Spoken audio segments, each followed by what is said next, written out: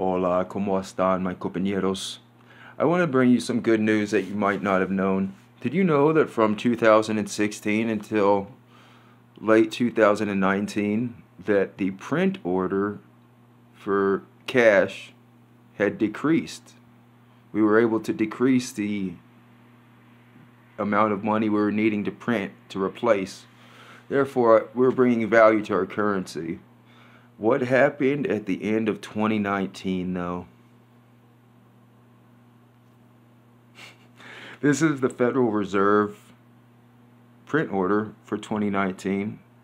You can see that it was, if you look in the middle, it says 7 billion notes. 7 billion notes, totaling $206 billion. That was 2019. 2020,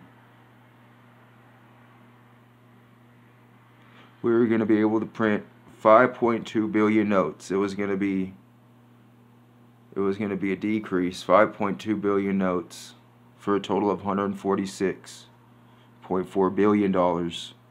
So we were actually adding a bit of value to the US dollar.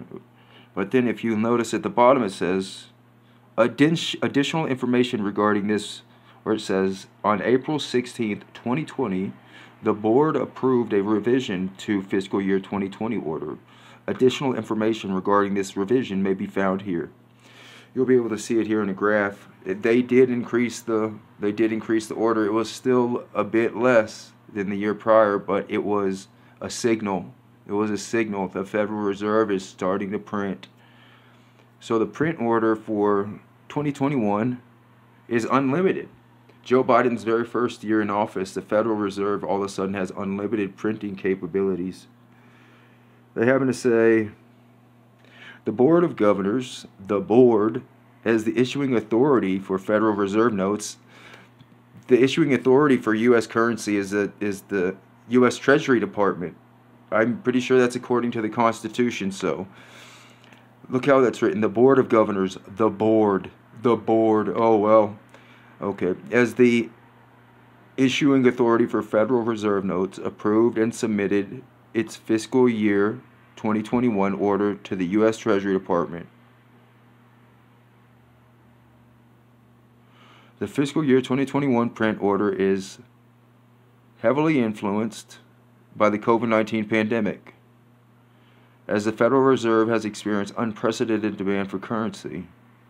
The print order reflects the board's estimates of unlimited nature, estimate of net demand for currency from domestic and international customers during fiscal year 2021.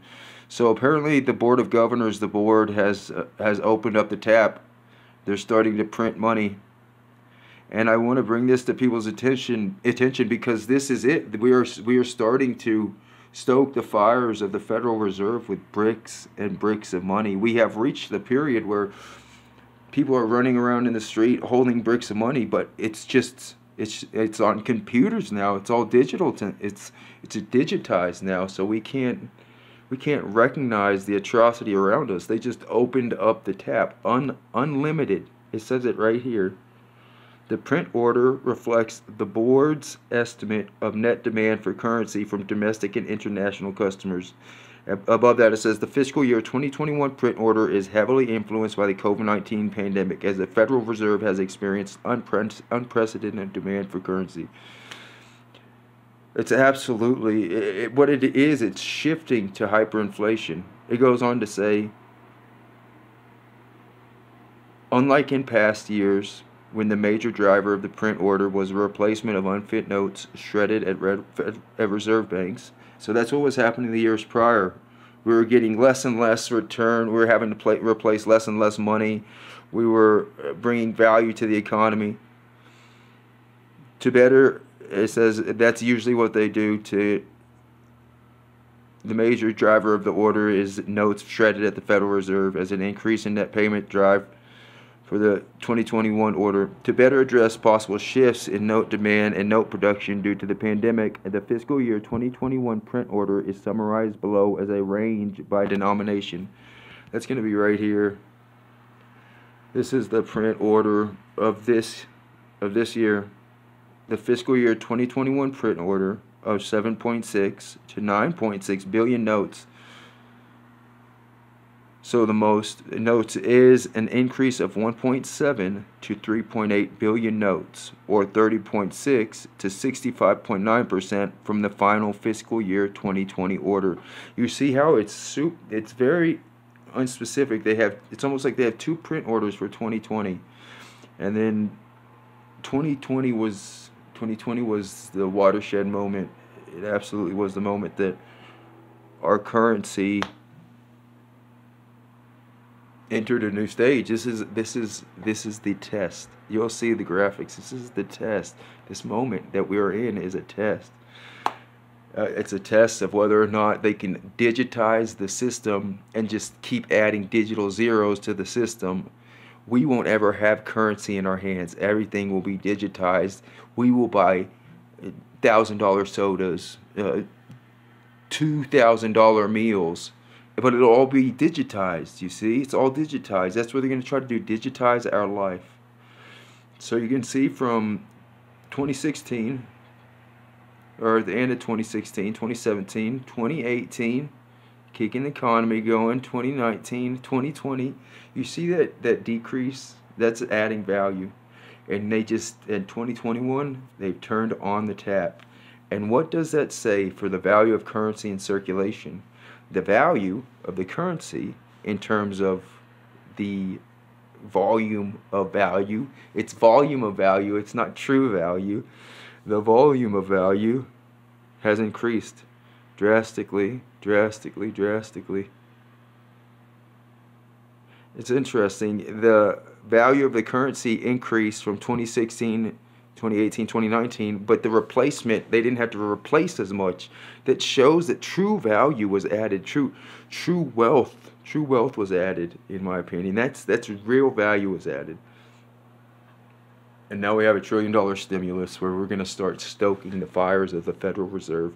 What does $1 trillion look like? How much is $1 trillion? Please, let's try to wrap our head around $1 trillion. So as you can see, it's 1,000 billion, or 100, or 1,000 million, or 1,000 trillion. Or 1,000 equals $1 trillion. But let's look at what that actually looks like. This is a $1,000 bill. $1,000 bill, not a $100 bill, a $1,000 bill. This stack right here is $1 million. It is 4 inches tall, stacked, no space in between. 4 inches tall of $1,000 bills is $1 million. This is $1 billion. This is $1 billion. $1 million is 4 inches tall. $1 billion is 358 feet tall. 358 feet tall. $1 billion is so much more than a million. You'll see now that $1 trillion. Oh, how tall is $1 trillion? How tall is $1 trillion? How tall is 1,000 trillion dollars? Here we are. It's 67.9 miles tall of $1,000 bills. Stacked, tight, compressed $1,000 bills. 67 miles into the atmosphere. Shockingly. That takes my breath away. It absolutely just blows my mind. Those are $1,000 bills. That's cash money. We have reached the point in time when they're talking about spending $6 trillion total this year on stimulus, that we have reached the digital hyperinflation. This is my humble opinion, and I'm not trying to fearmonger.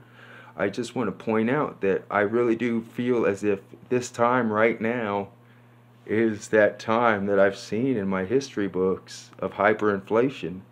And you say, why could they possibly be doing this? And it's interesting. It's very interesante. It's very interesante. They do this, the government does this sort of thing because as the inflation rises, the value of the currency decreases, and the value of their debt that they owe for that money also decreases. Because if you borrow $20 when it's worth something, you give me $20 and then I give you $20 back when it's not worth anything, it's very easy for me to return the paper. I already bought the commodities over here. I already bought the commodities when it was worth so much more. I'll try to explain a little bit more. Joe Biden's solution is to spend, this is $15 trillion. Oh, excuse me, this is 15 billion. 1, 2, 3, 100,000. Okay, $15 billion, yes, it's shocking. Apologize, it's just so much money. Oh, that's a football field. Oh, I see. Yeah, that is $15 billion. Holy moly, that's huge. That's giant. That's like 100 cubic feet almost, it looks like. Just stacked full. Another representation. This is $1 quadrillion. I believe it's B, it says it is. It's just a vast amount of money. It's really where it's exactly it's exactly what I'm worried about. But the thing about it is they're really trying to turn a leaf, turn a page. They're really trying to do this digital currency where no longer will we have value. We won't have any sort of real, our money won't have any value. It'll just be what we get for our work and rent stuff with. But we'll only be able to rent stuff with it because our money won't ever have any value. We'll rent stuff from the government, and the government, will just have this circular where we give the government money, the government gives us back. We give it to the government gives it back. And we never get to give it to anybody else or do anything else with it. But the reason why they're trying to increase inflation, it's bad news, is very well put right here. And this is the government has just issued bonds, and somebody has just bought some bonds. I have just bought some bonds from the government, and now this is the beginning of what would happen. However, suppose unexpectedly there was an inflation of 10%. So I just got bonds, and then they lost 10% of their value. This reduces the value of money as prices go up because of inflation. As prices, this reduces the value of money as prices go up because of inflation. So the money that I borrowed is worth even less. The money I borrowed is worth even less. At 1,000 pounds, that 1,000 pounds would buy a lower quantity of goods and services. I apologize. The 1,000 pounds is the original loan. When I did this, I knew that there was one paragraph that I couldn't fit. But there is, so imagine I just borrowed 1,000 pounds and then they lost 10% of their value because of inflation. The government would get more tax revenue. Oh yes, the government would get more tax revenue because as inflation rises, prices also rise, so they get more money off of taxes. Because of inflation, the government would get more tax revenue as wages and prices increase. That is, if prices go up 10%, the government's VAT receipt will increase 10%, which I think that's some sort of English income tax. That makes so much sense. I never thought about that. If income increases 10%, income tax receipts will roughly increase 10%. Therefore, inflation helps governments automatically get more tax revenue. Because of inflation, the government sees its nominal tax revenue increase. The country isn't better off. Prices are just higher. However, bondholders lose out. The government will still only have to pay back the 1,000 pounds that I originally borrowed, but inflation has reduced the value of that 1,000 pound bond. The real value is only 900 pounds now, so I've lost 10%. The inflation rate 10% is higher, so they had to pay me 10% less. The inflation rate 10% is higher than the interest rate 2% on the bond. So I was going to get a 2% yield on the bond, but the inflation went up 10% and I lost 8%. Probably 12%. So they're losing the real value. The government borrows better off. Yes, yes. So as inflation rises, so they are losing. So me as the borrower, I'm losing the real value. I'm losing the real. That's a real transfer of value of sustainability. That's what I feel economy is, personal sustainability. So as inflation rises, the government is better off. Bondholders are worse off as a result of inflation, because the government is borrowing from, and then we take the government borrows from the Federal Reserve. That's why it's absolutely a pyramid scheme. I can't wrap my mind around it currently, but all I can imagine is them at the Federal Reserve, like that scene on Titanic, where they're stoking the coals and stoking the fires. Oh my goodness, it just seems like we have reached the point where the purchasing power of our money has decreased drastically. The last little blurb right there is when we came off the gold standard. So this is the decreased purchasing power of the US dollar. It has decreased and decreased and decreased and decreased. As that money has decreased, the national debt has increased. And so the debt that they have to pay back has lessened. The bonds have it's the US government borrows money, and then we take out bonds from we take out bonds from the Federal Reserve. That's what it is. That's why they get to keep the money. The government, because we owe the Federal Reserve, and the Federal Reserve is the one that I'm getting the bond out from, and the Federal Reserve is the one that just got that extra 10% inflation, because they buy gold bullion with their money. They have purchased gold bullion. They have real commodities, and they have traded us paper in return. Where the Federal Reserve continues to stack gold bullion, they stack gold bullion and they print this paper money. Do you see how this is working? The Federal Reserve is a printer, prints money. We say, oh man, this paper is worth stuff. And the Federal Reserve is like, ha, I have the most amount because I print. So as they're printing stuff out, at the same time, they're also purchasing things with that money. They're also purchasing things with that money. So they're printing the money out to the U.S. and we're saying, oh, thank you so much. We're going to pay you back. We're going to pay you back interest. Thank you so much, Federal Reserve. And the Federal Reserve is like, oh. And then so the Federal Reserve, in order to make even more money, in order to make even a profit, get this, the Federal Reserve will sell our debt.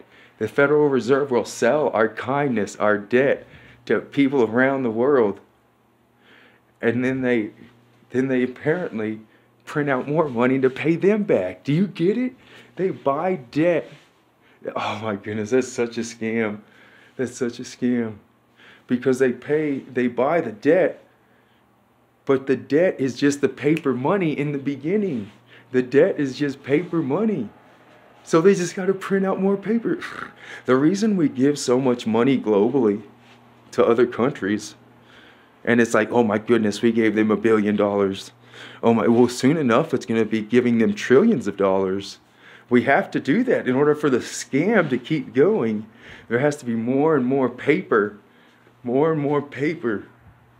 Oh man, this is shocking. Well, please keep an eye out and try to exchange your paper for actual products before it's too late.